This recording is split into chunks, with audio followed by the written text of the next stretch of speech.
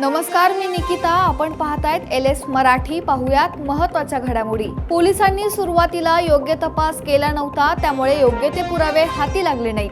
कलियुग आहे. वाईटाला जास्त बळ असतं, पण चांगल्याला लवकर यश मिळत नाही.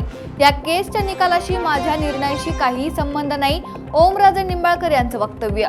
दिल्लीत जंतर मंतरवर अभिजित दिपके आणि सोनम वांगचुक दाखल. आधीच्या आंदोलनापेक्षा दिल्लीच्या आंदोलनाला आज जास्त गर्दी.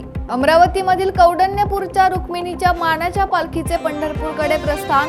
कौंडण्यपूर ते पंढरपूर 40 दिवसाच्या वारीला आजपासून सुरुवात. श्री अमित शहा हे आज मुंबईत सुप्रिया सुळेंच्या कन्येच्या लग्न सोहळ्यास उपस्थित राहणार आहेत.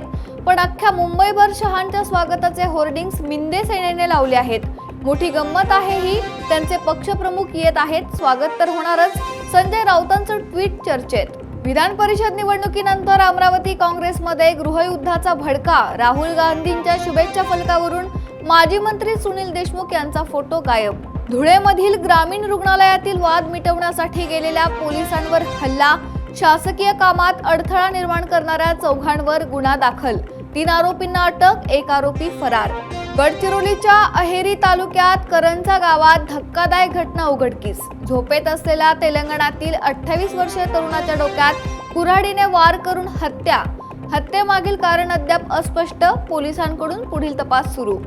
गडचिरोली जिल्ह्यातील मंगेवाडा पेंढरी मार्गावर स्थानिक गुन्हे शाखेची अवैध दारू विक्रीवर मोठी कारवाई. 11,05,000 रुपयांचा मुद्देमाल जप्त. पुढील तपास सुरू.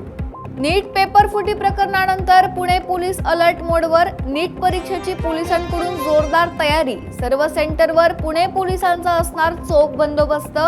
परीक्षा केंद्रावर पेपर आणण्यासाठी इस्कॉर्टची वेगळी पथके तैनात. पुण्यातील चाकण आंबेठाण मार्गावरील बिरदवडी फाट्याजवळ रस्त्यावर सांडले रेडीमिक्स कॉन्क्रीट. वाहन चालकांना जीव मुठीत घेऊन करावा लागतोय प्रवास. अपघात होण्याची भीती. या होत्या महत्त्वाच्या घडामोडी. पाहत रहा LS मराठी.